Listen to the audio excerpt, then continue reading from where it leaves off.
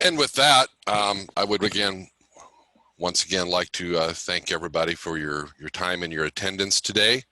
We appreciate you spending your time to join us during this presentation.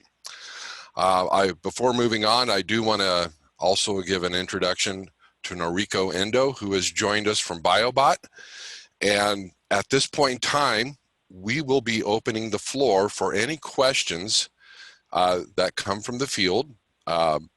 Myself, Kaushal, Newsha, or Noriko will answer the questions as appropriate. The first question, and I'm going to turn this one over to Newsha or Noriko, is can the SARS-CoV-2 RNA be detected in surface waters such as a stream or a river? Thank you. Thank you, Steve. Hi, this is Newsha Ghaeli from Biobot. So to answer that question, if there is, let's say, fecal contamination or sewage, wastewater contamination in rivers or surface waters, then, theoretically, the virus could be present. Now, in order for us to be able to detect that, we would need to filter potentially very large amounts of surface water or river water in order to be able to isolate the virus, because the assumption is that it's extremely diluted. So our methods and our protocols are actually optimized for sewage, so influent wastewater, which is why we are primarily and only right now working with influent and sewage water. Thank you, Newsha. Before moving on, I just want to make the note that please use the question and answer function of the Zoom meeting to submit your questions. The chat is not the best option for submitting your questions. I have another question here for our Biobot people. Do COVID samples need to be refrigerated in hot weather and kept cool in cold weather?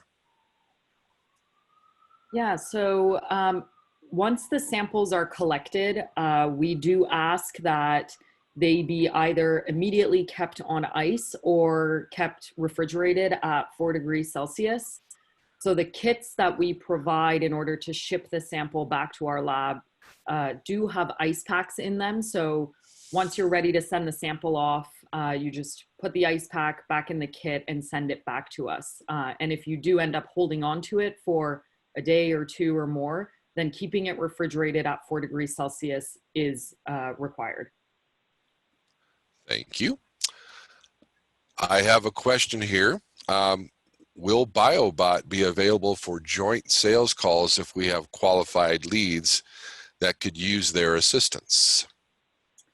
Yeah, so if you send us an email, just at the COVID-19 at biobot.io, if you send us an email, we can connect and figure out a path that's best. But yeah, absolutely, we would make ourselves available to help answer questions. Thank you. Another question here. Are these applications already in use? And the answer to that is yes, there is currently sampling taking place for the evaluation of COVID. And as Newsha has indicated in her section within the presentation, at this point in time, there are over 400 sites that have been utilized for monitoring for COVID. Okay. With respect to COVID-19, what type of tubing is more preferred for this type of analysis? As indicated in the presentation, the most common suction line and that's utilized is vinyl, and that is very suitable for this application need. The pump tubing in the samplers is a medical grade silicone, and that also does not create any issues when sampling for COVID. There is a question here, what type of sampling practices does Biobot currently except for the 400 US communities. Mm. So if I'm understanding the question correctly, you mean in terms of like grab samples, flow proportional or time proportional.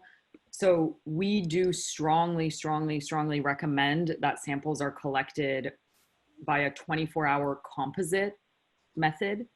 Uh, Preferred is flow proportional, but time proportional also works. Is there any special handling requirements for the COVID-19? And how much sample volume is required for the test kits? Mm-hmm.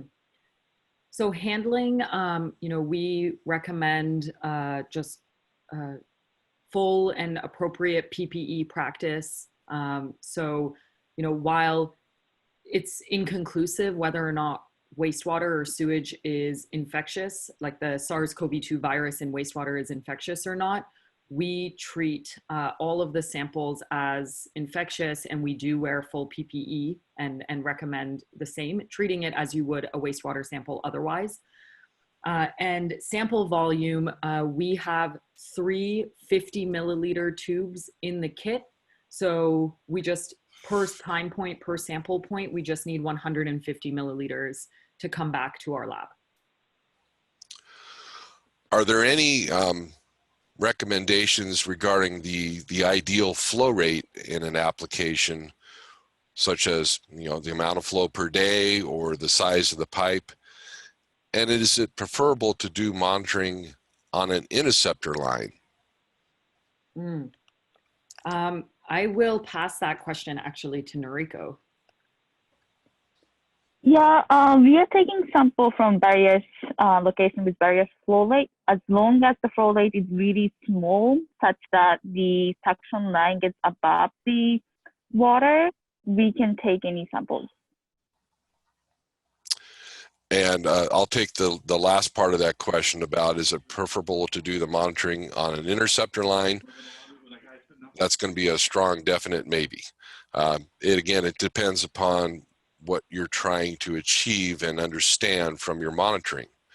An interceptor line would be a good location to gain more knowledge and information around a certain water basin or collection basin within a town, whereas if you have more interest, for example, at a meat packing plant or a college dormitory or some more smaller location, you would want to sample at a location that only is contributing flow and wastewater discharge from that location and not from other spots. So the answer to that question comes down to the answer to the question of what is it that you're trying to learn or understand for that particular usage of the sampler. There's a question here, does this imply that during the 24-hour composite collection sampler process that the sample must be refrigerated before the samples are collected from the sampler? No, refrigeration during sampling is not required. Thank you.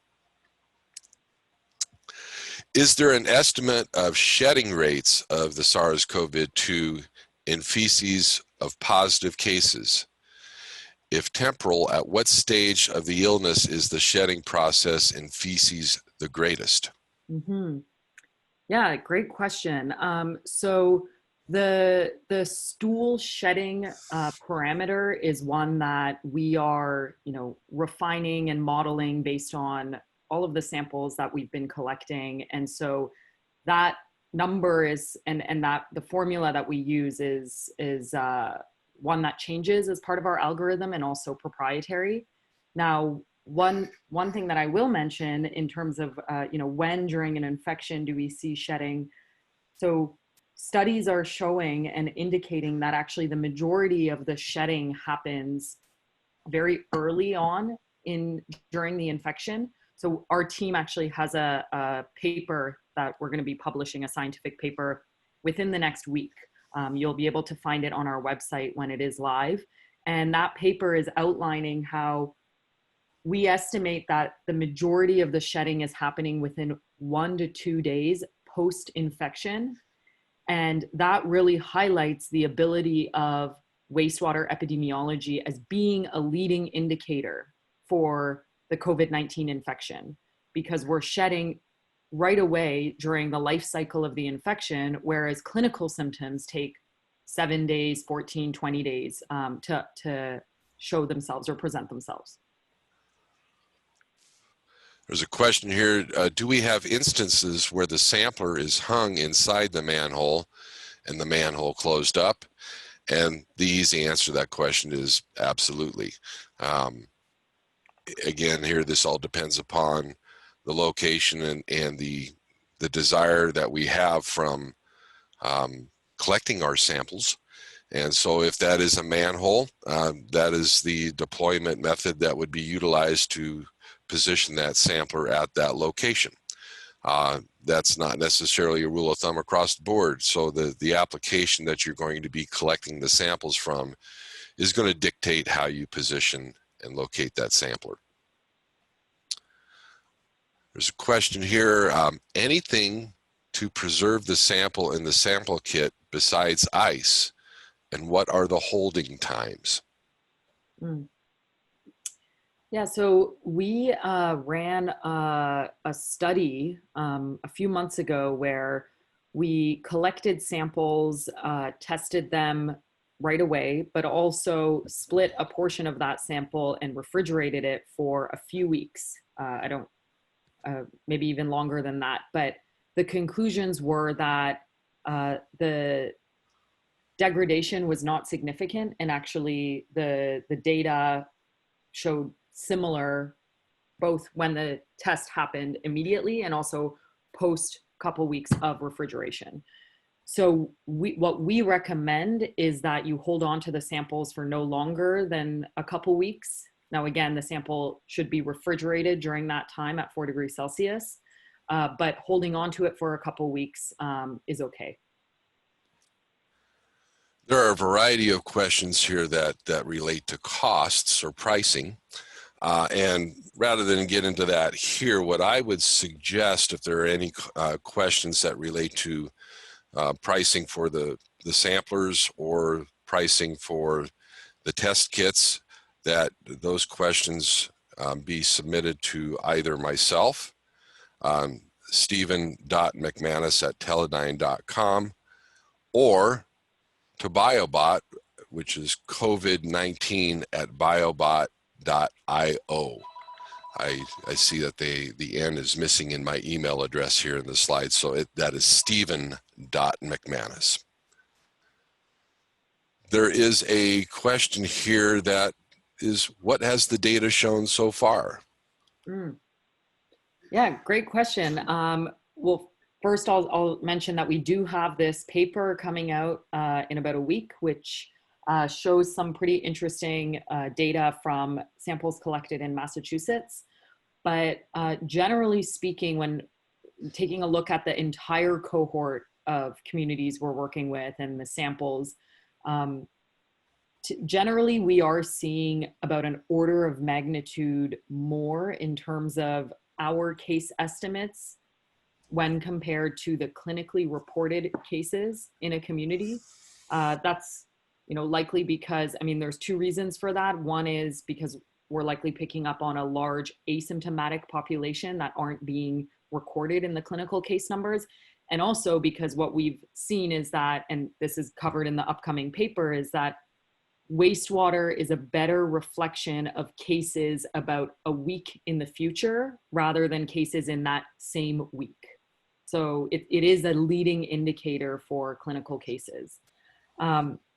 We also, have been seeing in our data set that the hotspots that we see do roughly correspond with the hotspots that are known via clinical testing. It's just that we see about an order of magnitude more in terms of the cases that we would estimate. Here's a good question. What is the smallest population base that can be tested via this sampling method? In other words, would a sampler be placed at an effluent of a facility with 100 workers be able to detect COVID-19? Yeah, we are working with communities. So when looking at municipal sewage, communities as small as a few hundred, maybe 500-600, all the way up to over 1 million. But we're also working with a handful of locations at the building level where the sample is being collected at a point capturing, let's say a building, and whether, I think in one instance it's a hospital, a place of work, and I think the smallest occupancy that I can think of off the top of my head is about 200 individuals. And we have also seen that a lot of universities are requesting for their dorms. So yeah, that is also at a building level. Mm-hmm. There's a question here. So should we be wearing masks when we transfer samplers to the sample bottles? And I would say it's far better to err on the side of caution and safety. So I would say yes, it would be recommended to do so, simply because there could be some, as you're transferring samples to the kits, there might be some, a little bit of splashing. So anything that becomes aerosolized as a result of that potentially becomes at risk. So therefore, yes, I would suggest wearing masks when we transfer samples to the bottles. Mm-hmm. There's a question here for the Biobot members of the team here. What are the parameters testing to find COVID-19 in wastewater, and what is the method? So we are performing a standard laboratory assay qPCR. We are using the same primers that have been developed by the CDC. And so running that qPCR method allows us to not only detect the presence of the RNA, so the virus RNA, but also quantify the number of copies of RNA per liter of sewage. And then we apply our model in order to convert that concentration into a case estimate. And that model we're continuously updating it based on clinical data, insights into shedding parameters at the individual level, based on all of the other data that we've been generating. So that model is constantly improving, but that concentration that we get from the qPCR is something that does remain constant. Has COVID been detected in the effluent of a treatment plant? I don't know off the top of my head. I know we have looked at a handful of effluent samples in the past. I don't know, Noriko, if you know off the top of your head whether those samples were positive or not, but I know we have detected SARS-CoV-2 in a CSO sample, but that's quite different from effluent. Yeah, if you send us an email with that question, we can look into it. Now, that being said, I do want to mention again that we don't recommend testing effluent because our particular methods and protocols have not been optimized for an effluent sample or a surface water sample, for any type of sample where you would expect extreme dilution. What type of additional instrumentation will be required for analyzing sanitary wastewater with respect to COVID-19? At the base level, you would need an automated sampler of some type. For a simple time-paced sampling routine that you will utilize at any given location. As indicated, there may be applications where there is desire to, instead of time-paced, do flow-paced sampling. And in those locations, obviously, you would need to have a flow meter of some sort. There may be additional ancillary details that are desired that may come into play. So the answer to that question is really it kind of depends upon what you're going after. If you're going after just a very basic time-paced collection method, just a basic sampler with that has the ability to collect time-based composite samples will do the job. In this particular case, you would also require the test kit that Biobot would provide to be able to then take those collected samples from the bottle within the sampler and package that up to ship that off to Biobot for the in-depth analysis. There's a question here: if samples are routinely collected and frozen shortly after collection, can they be stored for testing at a later date, a month later, if the virus surges in a community, to look back when that virus arrived in that community? Mm-hmm.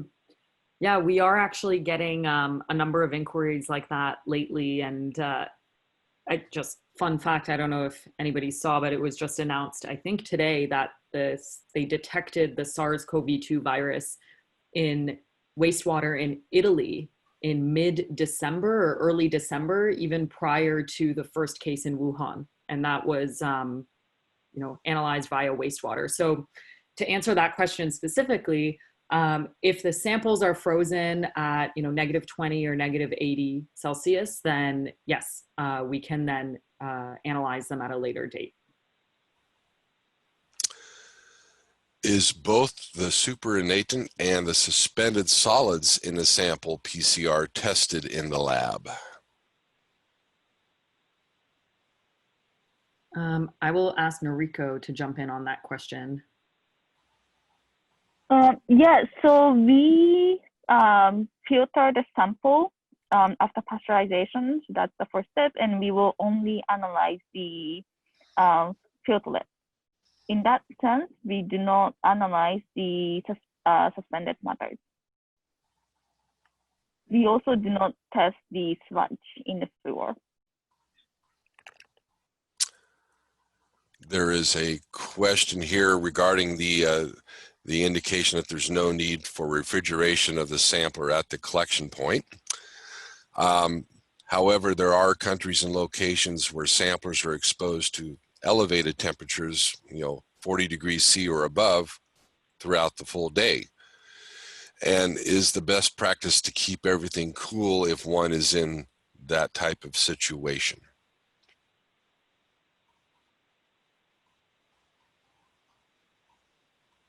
Yeah, I'm gonna. Yeah, so we at this point we do not have enough data to recommend if the refrigeration is necessary over the collection time period of 24 hours. But certainly, yes, we will look. We recommend if refrigeration is possible. Yes, refrigeration would be better. And also, as the summer comes in, we will keep an eye on the quality of the data. And as we find some new information about the refrigeration, we will also announce. There's a question here that asks, does Teledyne Isco have local sales offices to assist in the selection of the appropriate sampler to be used for COVID applications? And the answer to that is absolutely yes. Teledyne Isco here in the United States has has local and regional sales rep organizations that are there for to be able to provide that assistance. Certainly contacting Teledyne Isco directly is an option in those cases as well. Internationally, there are distributors that are in that chair to be able to provide that assistance. And so, again, as was indicated in the presentation itself, the sampler selection here is really not that different than any application. We just need to sit down and understand what the needs of the equipment will be. And then we marry the sampler model or models that have that capability to meet those needs. So again, you can utilize the Teledyne Isco home web page. There is a find a rep function in that web page that will allow you to enter your zip code or your country and identify who the contact for your region or area would be. Let's see what else questions we have here. This is kind of a good one. What applications could benefit the most from COVID sampling monitoring? I would say that that's going to be a multifaceted question. First of all, as the old saying goes, you know, before you can fix a problem, you have to identify what the problem is. And so therefore, to carry that over here, the first, you know, value or benefit that one gains from monitoring is to know there is or there is not a concern or a problem with, you know, COVID infection within a given location. So therefore, if you've gone out and identified 10 monitoring spots to evaluate for the presence of COVID, and 2 of those spots have indications of issues related to COVID, and the other 8, it's nothing to minimal indication, obviously. Therefore, you would know where you would need to dedicate the resources and the focus to address all of those concerns. And that could be quite wide ranging from, you know, possibly re-elevating the social distancing or the isolation methods to, again, alleviate the potential for the spread. It may be utilized to understand where resources such as medical supplies, PPE, healthcare providers need to focus their attention as well. So any application could benefit from this, and including those applications that come up with, you know, minimal to negative indications of infection, because those would be the locations that one could save and not necessarily spend resources on, but rather focus those resources on locations that have the need. Is Biobot data results from a community treatment plants available to the general public? Currently, we are not making the data available to the general public because the data comes from the municipalities, and that's basically owned by those municipalities. However, the decision on the whether making the data available to the general public depends on those municipalities. So some municipality actually makes their own data available to their citizens and to the general public. Thank you. Here's a good question. Somebody's asked, what does qPCR mean? Oh, yeah. qPCR means qualitative PCR. I believe PCR is sorry, cannot remember on top of my head. But basically what it does is to amplify DNA and quantify the amount of DNA. Has there been any concern expressed over privacy issues when monitoring for an agency or a specific building location, such as monitoring a building for a client, but running the risk of making increasing concern in the employees of that given location? Yeah, that is a good question. We typically take sample at wastewater treatment plant that has upstream population of over 1,000 people.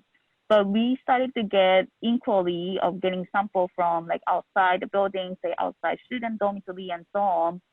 There is a privacy if the contributing population will be less than 100 or so. So in that case, we will have deep conversation with those authorities who want to take samples to see if there's any particular privacy concerns. But the nature of wastewater sampling is such that we cannot actually identify who is contributing, who has SARS-CoV-2 or something of interest. We can identify if the area upstream of the sampling location is positive or negative, but wastewater do not reveal exactly who has SARS-CoV-2. All right. I have one last question here, and there are many more questions, but what we will do is we will collect all of these questions and we will provide written responses to the questions that have been submitted. So we won't leave anybody out in the cold with their question and leave it unanswered. The last question that we're going to answer before we begin to wrap this up here is, when sampling, where should the strainer be placed within the flow stream? And the individual indicates that they have heard that the virus likes to attach itself to the fats or greases and therefore would be more prevalent in the floating material rather than this material that's suspended and being carried within the flow itself. I would, as far as the sampling is concerned, obviously positioning the strainer in a stream is not going to collect any of the floating fats, oils, or greases that are on the surface. And that just is a straight carryover from, sampling for any purpose. Fats, oils, and greases typically are underrepresented in collected samples because they're floating on the surface, and the sampler is collecting the water below the surface because the strainer is submerged. Now, as far as the indication that the virus would be more prone to collecting on fats and greases on the surface, I will have to defer to Noriko on that question, is if there is any validity to it. Yeah, I have 2 points here. One, if there's an option to avoid those locations, like sampling a few manhole downstream or upstream, we should definitely go for that. If that's not an option, we can actually sort of normalize the data by other fecal biomarker, such that the effect of those SARS-CoV-2 barriers sticking to grease has the same, those impacts will be removed by normalizing other barriers, fecal biomarker barriers sticking to grease.